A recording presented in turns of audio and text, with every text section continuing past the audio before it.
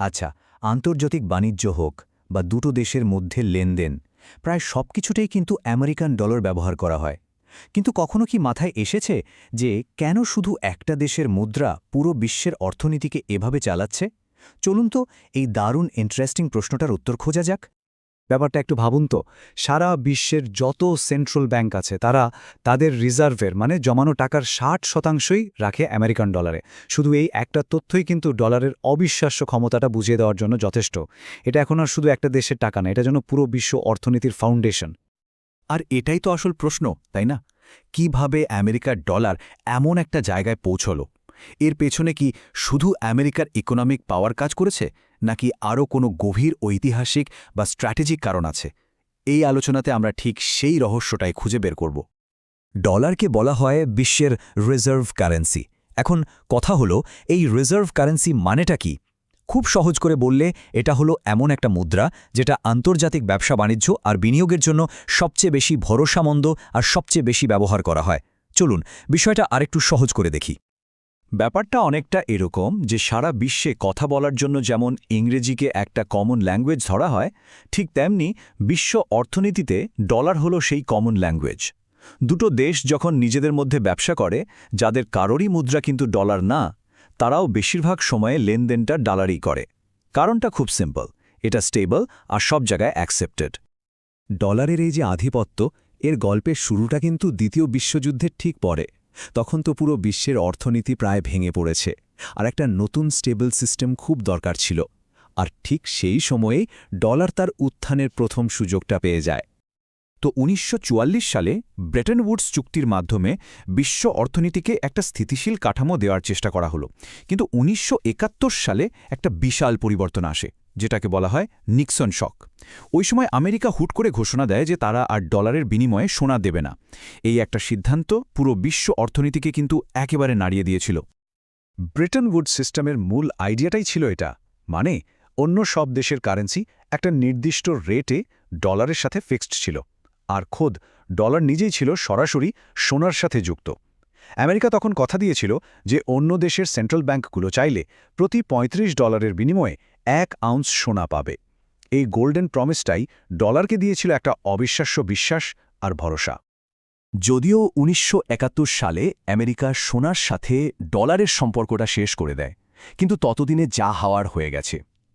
পুরো বিশ্ব অর্থনীতি ডলারের উপর এতটাই নির্ভরশীল হয়ে পড়েছিল যে এর অবস্থান টলানো প্রায় অসম্ভব ছিল। মানে বিশ্বের সব দেশ আর বড় বড় কোম্পানিগুলো ডলার ব্যবহার করতে করতে অভ্যস্ত হয়ে গিয়েছিল। কিন্তু সোনার সাপোর্ট চলে যাওয়ার পর ডলারের এই রাজত্ব ধরে রাখার জন্য নতুন একটা খুঁটির দরকার ছিল। আর সেই খুঁটি হয়ে উঠল আরেকটা মূল্যবান জিনিস, কালো সোনা, মানে তেল। আর এখান থেকেই জন্ম হল পেট্রোডলার সিস্টেমের, যা ডলারের আধিপত্যকে আরও অনেক বেশি মজবুত করে তোলে। এই চক্রটা কিন্তু দারুণ মজার। দেখুন, তেল কিনতে হলে ডলার লাগবেই, তার মানে সব দেশ ডলার কিনতে বাধ্য।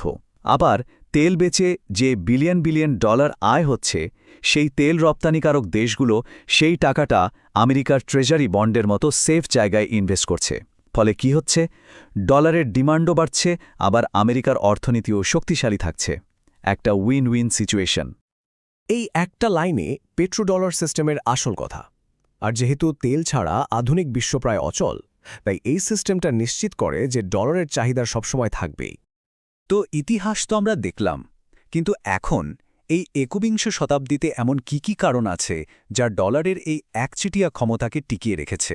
চলুন এখনকার কারণগুলো একটু দেখি। ডলারের শক্তির সবচেয়ে বড় আর মূল ভিত্তিটাই হল আমেরিকার অর্থনীতি। এটা এখনও বিশ্বের সবচেয়ে বড় আর সবচেয়ে ইনোভেটিভ অর্থনীতি। এই বিশাল ইকোনমিটাই ডলারের ওপর সারা বিশ্বের এক ধরনের ভরসা তৈরি করে রেখেছে। দেখুন, এই সবগুলো পয়েন্ট কিন্তু একটা আরেকটার সাথে জুড়ে আছে। আমেরিকার অর্থনীতি এত বড় বলেই তাদের ফিন্যান্সিয়াল মার্কেট এত স্টেবল। আবার যখনই বিশ্বে কোনো গণ্ডগোল বাঁধে, বিনিয়োগকারীরা ভাবে টাকা কোথায় রাখলে নিরাপদ থাকবে, আর সবাই ছুটে যায় ডলারের দিকে।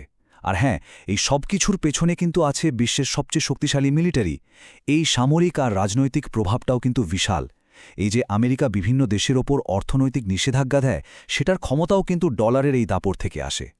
যখনই বিশ্বে কোনো বড় সংকট আসে, ধরুন যুদ্ধ, মহামারী বা কোনো বড় অর্থনৈতিক মন্দা, সবাই তখন সবচেয়ে নিরাপদ জায়গায় বিনিয়োগ করতে চায় আর বিশ্বজুড়ে সেই সেফ হ্যাভেন বা নিরাপদ আশ্রয় হিসেবে পরিচিতি পেয়েছে আমেরিকান ডলার, আমেরিকান সরকারের ট্রেজারি বন্ড। এত কিছুর পরেও একটা প্রশ্ন কিন্তু থেকেই যায়, ডলারের এই রাজত্ব কি চিরকাল থাকবে? বিশ্ব অর্থনীতি কিন্তু খুব দ্রুত বদলাচ্ছে। চীন, ইউরোপীয় ইউনিয়নের মতো নতুন অর্থনৈতিক শক্তি উঠে আসছে। তাহলে ডলারের ভবিষ্যৎ কি? ডলারের প্রধান প্রতিদ্বন্দ্বী হিসেবে ইউরো আর চীনের ইউয়ানকে ধরা হয়, কিন্তু দুজনেরই কিছু সমস্যা আছে। যেমন ইউরোজোনে বিভিন্ন দেশের মধ্যে রাজনৈতিক একতা না থাকার কারণে প্রায় সংকট দেখা দেয়। আবার অন্যদিকে চীনের ইউয়ান এখনও সারা বিশ্বে ফ্রিলি ট্রেড করা যায় না, আর চীনের সরকারের কড়া নিয়ন্ত্রণের কারণে এর উপর আন্তর্জাতিক আস্থাটাও এখনও কম। সুতরাং ডলারের সিংহাসন টলানোর মতো শক্ত প্রতিযোগী এখনও সেভাবে তৈরি হয়নি।